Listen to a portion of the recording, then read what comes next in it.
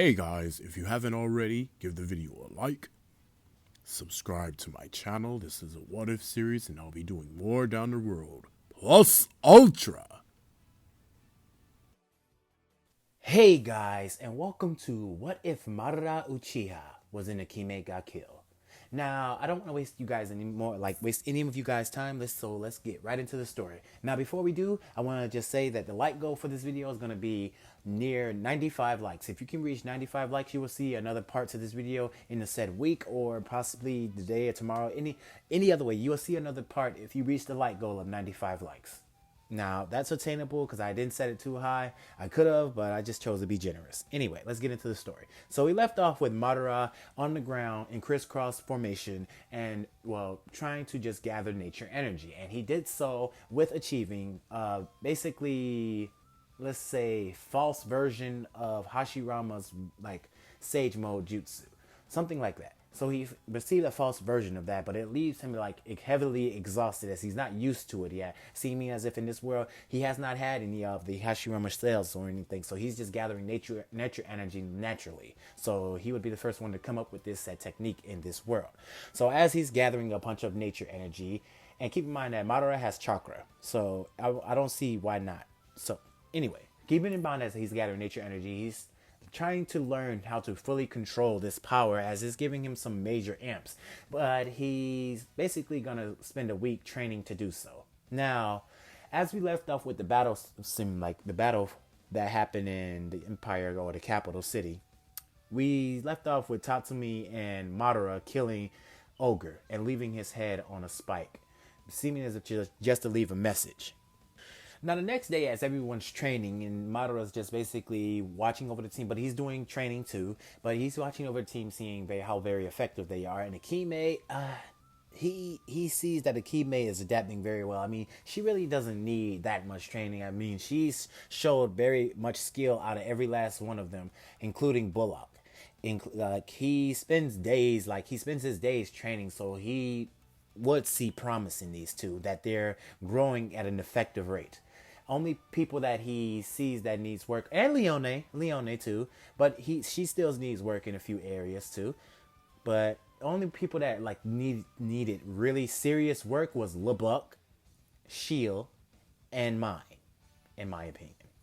Now, Madara focuses on training these three along with Tatsumi, and Tatsumi tells Madara that he needs to focus on mine. Now, this is where Tatsumi states that he needs to get her back for shooting her when he barged into her room, and, well, he knocked at first. Now, Mai would start pouting and yelling at Tatsumi, saying, "You shouldn't barge into girls' rooms like that." And this is mainly a flashback. Now, this is where Tatsumi tells Madara, anyway, that I want to train her individually. Now, like me, I think she can be very useful in the 8 gates technique. I can mostly teach her the first 2 gates, the gate of opening and the gate of healing. And I want to just see if she'll be able to master these 2 gates in this said training. We got 2 months to basically relax and get used to this whole night raid thing. So basically making these individuals strong as they can be, or just training them up, can be very useful. Don't you think, Madara? Now Madara would start thinking about this, and he would agree with Tatsumi, saying, "Okay, I trust you. So what do you think about doing with her?" Well, remember when we were kids and I told you that I was going off on a journey of my own, and I had to I want to basically more train in this power and learn more from it. Well, I went to this kind of forest area, and it was very deserted, very quiet, and very peaceful. I trained there for upon 4 weeks, maybe like a month or so, before I returned back to the village, honing my skills and my abilities. Now, I managed. Now, this is where Tatsumi would tell Madara that this is the first time he came up with opening gate 6, and followed by, in about 4 or 5 or 6 months later, he found the conclusion to opening gate 7. And Tatsumi's been training and opening these gates all throughout his life, and he's, like I said in the first part of the story, that he's become very proficient in it. He knows how the technique works, and somewhat of a prodigy. Like I said, he became a master at opening the 7th gate. So who else would be to teach another person how to use the techniques? And even for Layatsu, who's only been able he was only being able to open like four gates. And if Leatsu Letsu was here, he would tell, well, mine, that opening one gate is a huge and difficult feat of even in itself. Like it took him so much time to open that first gate that it left him winded after that, like basically whole sparring match with Tatsumi. Now, mine would be sweating to this, and this is where Madara would basically say, "Do you really think she's up for this?" And Tatsumi would wave his hand at Madara as the both of them set off on their journey, and they say they'll be back in 2 months. Now mine hasn't agreed to this, but this is a direct order from Nagenta, and she pouts at this, but says fine, as long as she can take her pumpkin weapon. Tatsumi tells mine that where they're going, she's not gonna need that little device, but if it makes her feel safe, then bring it. So Tatsumi and mine arrive at their said location. Well, we're gonna do a time skip, and they arrive at their said location. And Tatsumi tells mine, with fire in his eyes, that youth and training get excited as he flexes his muscles and yells out the power of youth. And he punches his fists together and tells mine that her training is not gonna be an easy feat. It's actually gonna be very, very harder than what she's ever been through. His training is going to send her to limits that she's never thought she was able to reach. His training is going to make her feel like the world is sitting on top of her and she can't breathe. This is where mine gets scared as Tatsumi's looking at her with a smile, and he does that Might Guy smile that seems to relieve all the pressure of fear away from her. Now, during the first month, Tatsumi would have been focusing on Mai's physical capabilities and physical body. Now, this is where Tatsumi would be training Mai each and every day, and each day would be a huge workout. I mean, she would be working out for at least 10 hours a day, doing various amounts of sit-ups, crunches, push-ups, working on her taijutsu, such as her martial arts, and also working on her ability like perception and awareness. Now Maya is taking some of that kind of battle experience or sniper experience from when she's being a sniper, how she has to basically breathe and stuff like that. She's taking some of that kind of training and implementing it into her training with Tatsumi. Now, each and every day proving to be very and very and very hard for mine, and the fatigue is settling in. Her little body is getting more and more and more and more fatigued. But Tatsumi tells her, no problem. She will be able to do this for at least 2 months, and we're not taking any rest in this battle. Good thing my friend made me these food pills. Now here, eat one. She told me that these will basically relieve of any fatigue or any kind of, she says it'll help us train much and much longer, helping us recover from exhaustion way, way faster. And this is where Tatsumi will get into teaching Mai the 8th gate techniques. And this training would be very, very, very effective for Mai. Now, mine would be trying to come up to the grasp of opening the first gate, but she just can't get a hold of it. I mean, it's so hard. Every time she tries to get close, like the power or her life energy, whatever you want to call it, will just spiral out of control and send her just creating like an explosion of air and send her twirling, like shooting towards a tree and like smashing on impact. Now that will continue on with Tatsumi and Mine training with each other for the 2 months, and now we cut back to Madara basically training with the others. Now Madara would say to Nagenta that Akame and Bullock seem to be like progressing in a big effective rate, like a very effective rate right now. Like at this point, he might not have any much to teach them because they're already fighters in their own right. They already train daily. Well, Akame doesn't, but Bullock, he trains, so he can see Bullock progressing very fastly, and Akame just adapting to Madara's teachings. But Shield and LeBlanc just needs a few more touchings. And this is where Madara just focus on the both of them, not so much as Akame and, Bullock, but mostly LeBlanc and Shio. So he's basically putting all his attention towards those two. So as he's training Shio, he basically tells her not to rely on her weapon so much, but to basically rely on her taijutsu skills. And this is where he teaches the both of them basically fighting styles. And he teaches them very, very, very, very, very, very, very, very gruesomely, beating the shit out of them, and then, using the food pill that say you gave him and Tatsumi. Well, I guess they both split it before Tatsumi left, and this is where they would be healed up. So this works like a healing pill, and sort of heals you from your injuries, something like that. You can relate it to the sensor beam, but it's something like I added to the food pill. So just say it like that. It basically puts you back in fighting. So just something like the sensor beam. I should have just led with that. Anyway, back to the story. So as Madara is just training Labaka and Shio in their taijutsu skills, and this goes on for the remaining of the 2 months. Now they didn't have any missions to go on, so they had a bunch of free time. So why not train these three individuals that seem to have no skill to their arsenal? Now, when Tatsumi and Mai return, you would see that both of their clothes are battered and bruised. Well, not battered and bruised, but you can see that both of them are battle damaged, heavily, heavily battle damaged. Their clothes are.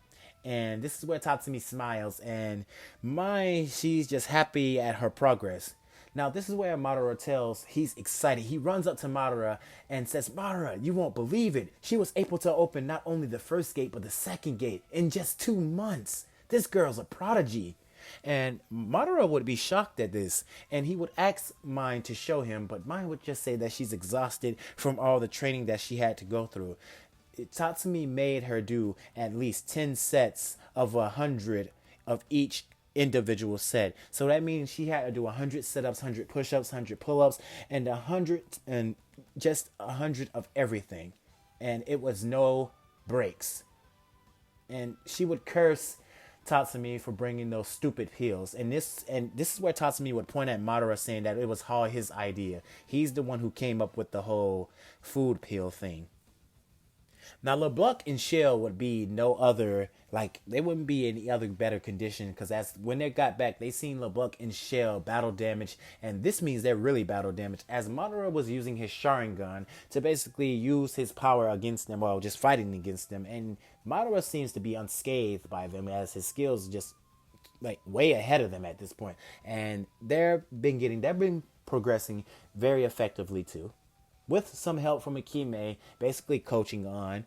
And this is where Madara would pick Akame up just like this and says, Akame, I got this. Won't you go train, won't you go cook or something? I have nothing left to teach you. So, can you basically whip something up for these guys? I think they're going to need it, especially mine too. I think Tatsumi's going to need it too. I don't think you had a good meal out there. And Tatsumi would be like, what do you mean I didn't have a good meal? I hunted. I also had to teach her about how to hunt, because she was being so picky out there. I mean, we brought food, but we ran out of that. So due to the training that she had to implement, she ran through her food, because she thought the 2 months were just going to be a breeze or anything like that. So yeah, she's very hungry right now. Madara would sit Akame down in the kitchen and says, okay. And Akame would start cooking and whipping up some food for her friends. Now, this is where Madara would return back outside, and he would give Shio and LeBlanc another food pill, and they would get back up. And this is where the both of them would sit back on the ground, heavily just tired. They know the same thing that's going to happen, and the exhaustion from that just basically sinks in, as they're getting, they just sit back down and says, aren't we done yet, Madara?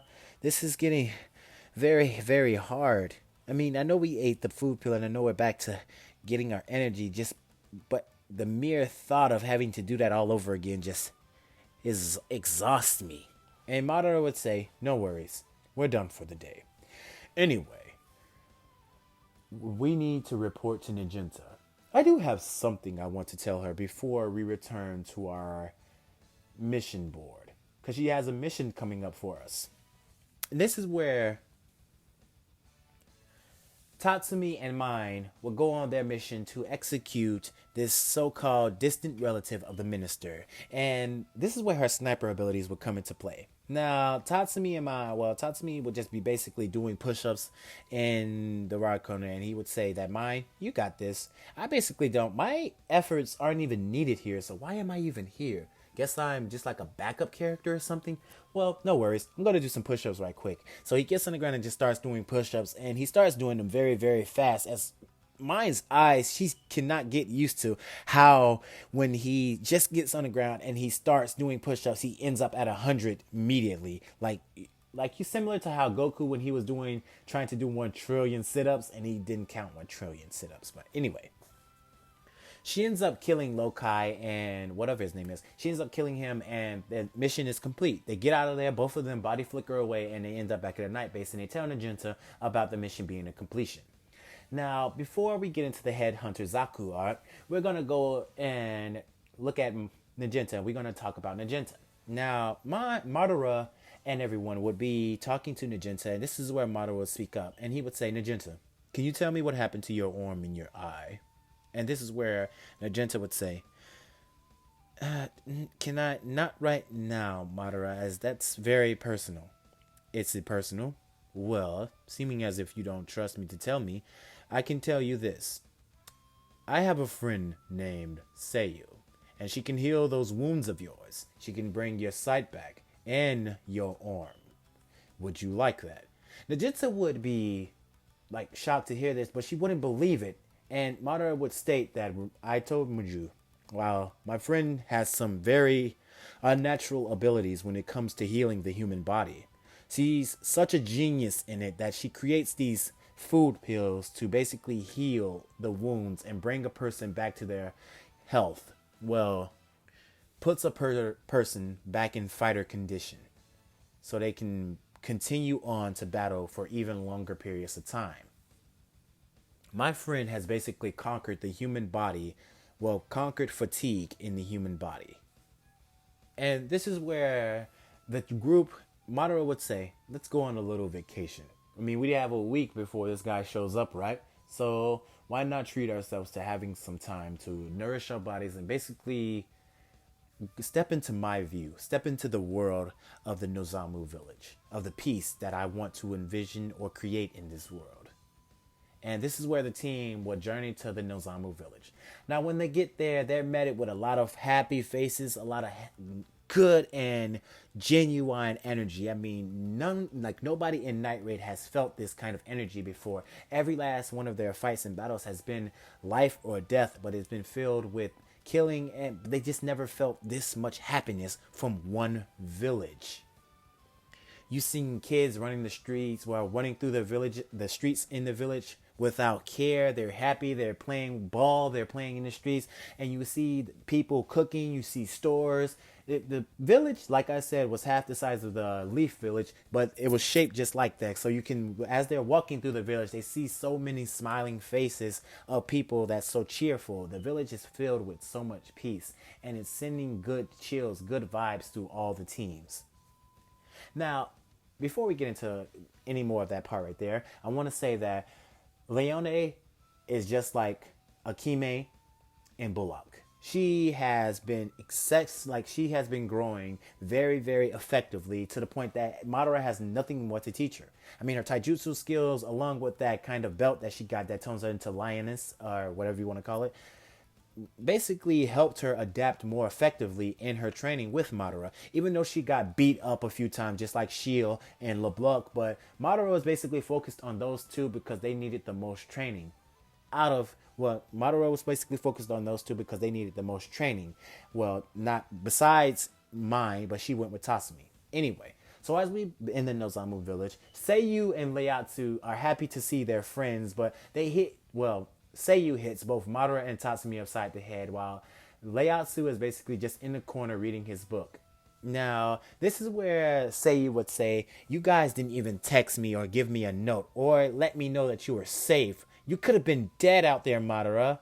This is where Madara would pat Seiyu on the head and he would say, "Listen, I managed to just basically get comfortable with everyone at Night Raid. I was going to send you a postcard, but I got caught up in training the team members of this set group, as they were excessively weak, except for a few, and that being Bullock, Akame, and Leone."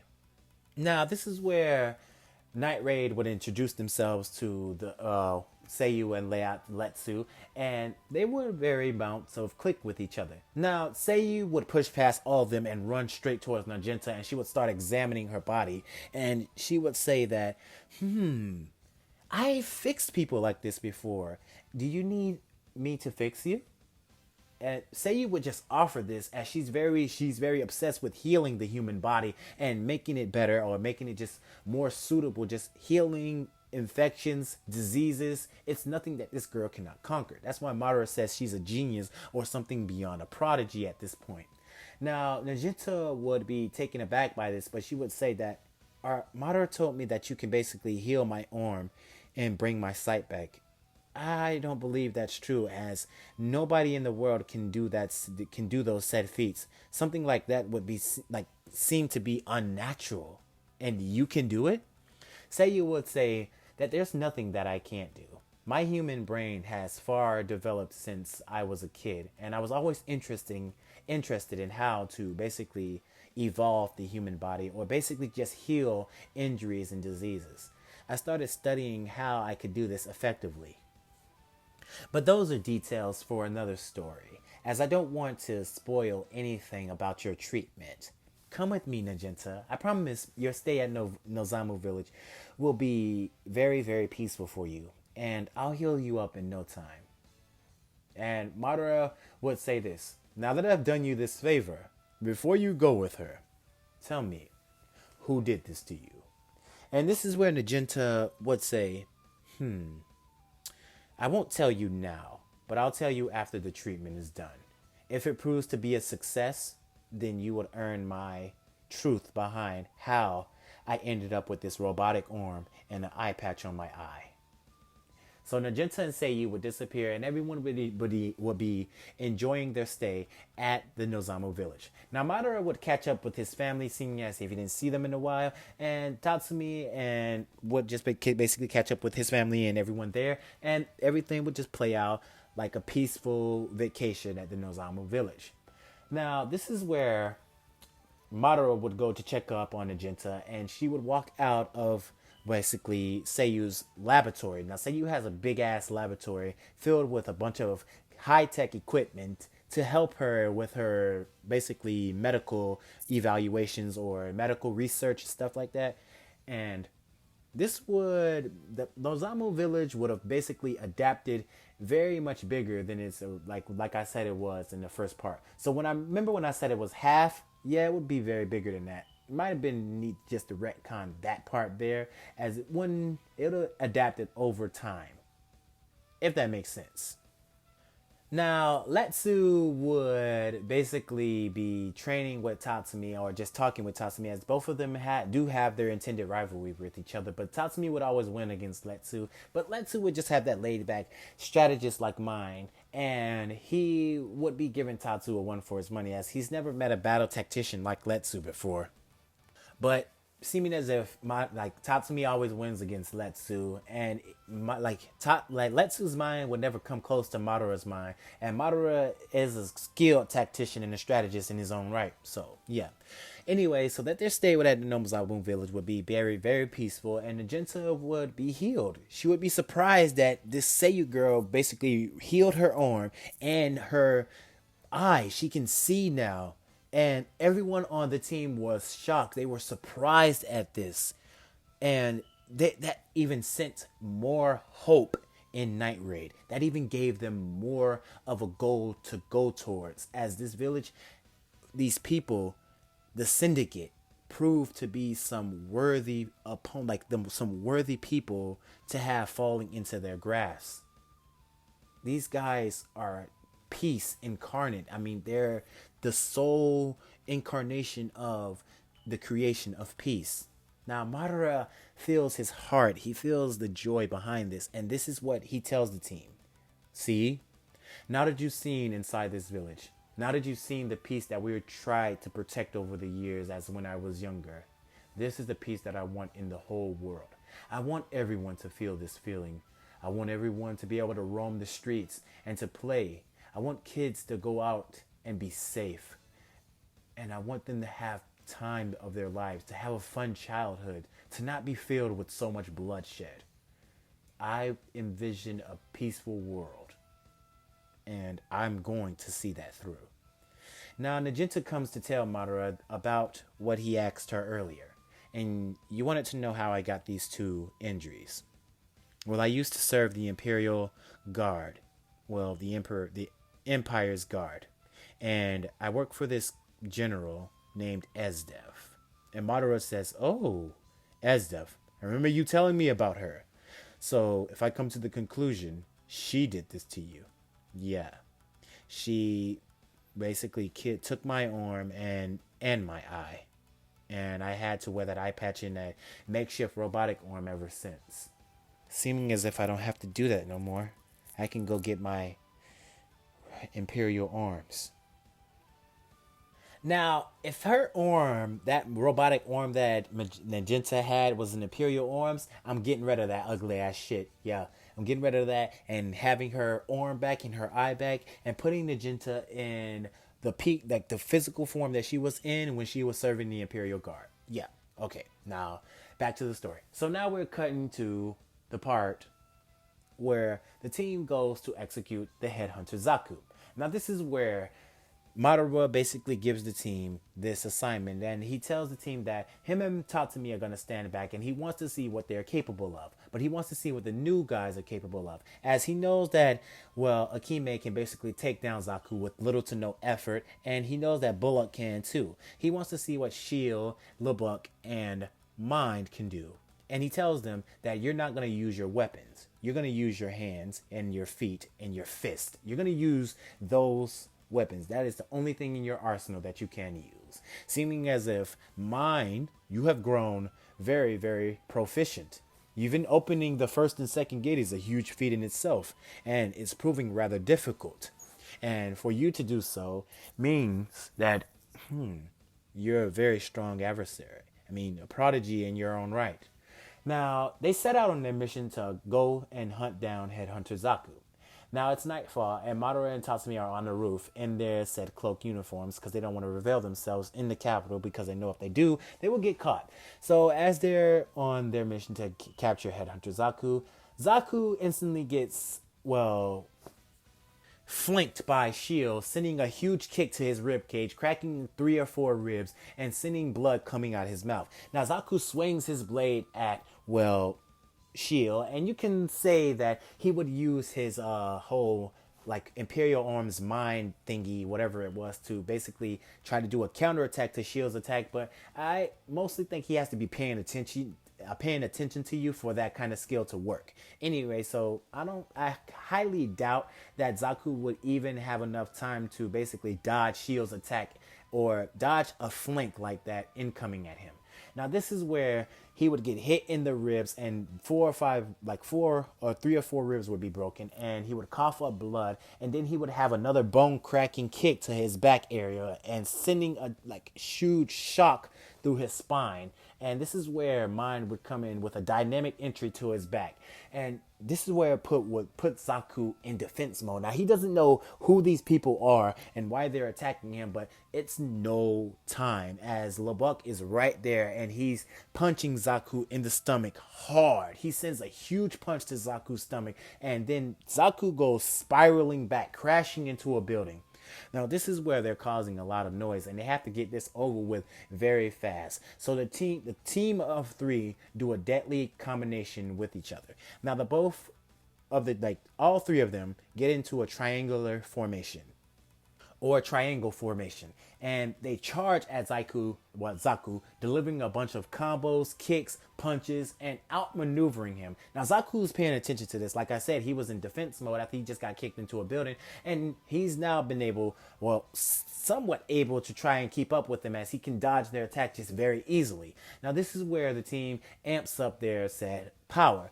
Now, Mind, she starts to open the gate of opening, and she wants to test out Zaku. She's getting cocky. She wants to see if this guy's, Imperial Arms can keep up with her speed. And she blitzes around Zaku and ends up breaking, snatching. I ain't gonna say she broke it, because they want to basically, Night Raid's whole objective is to capture each and every Imperial Arms and destroy them, I guess.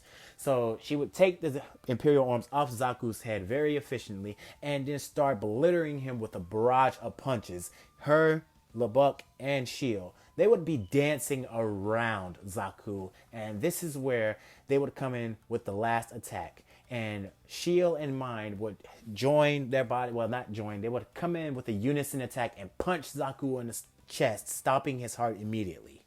Now Zaku would cough up blood, but he would have a smile on his face. He's happy. All the voices are gone. I can rest now. And he falls to the ground, dead. Now this is where the team says mission complete, but they burn Zaku's body and Madara jumps down and chops off Zaku's head and burns his body and sticks it on the spike just to leave a message.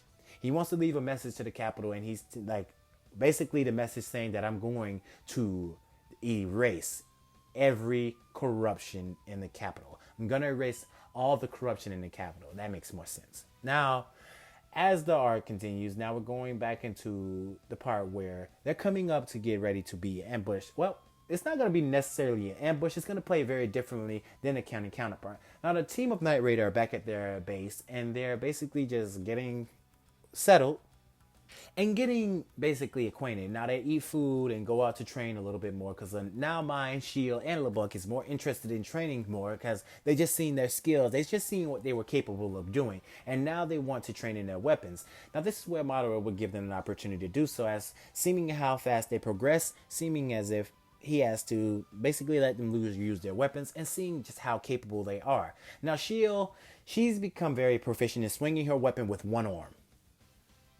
sort of like a giant sword. She ends up breaking the two pairs, so they're not scissors, so she uses them as two giant swords in her hand. And this combination was suggested by Madara. He states that if she was to split the blades in two, she could be very, very much deadlier than anything she's ever witnessed. And Shield takes the advice to this and splits the blade in two, and now she has two big ass swords which she can hold with one arm. She's holding both swords, these heavy ass weapons, and swinging them around like they're nothing but feathers. They're so light. The blades are so light. The weapon is light to her.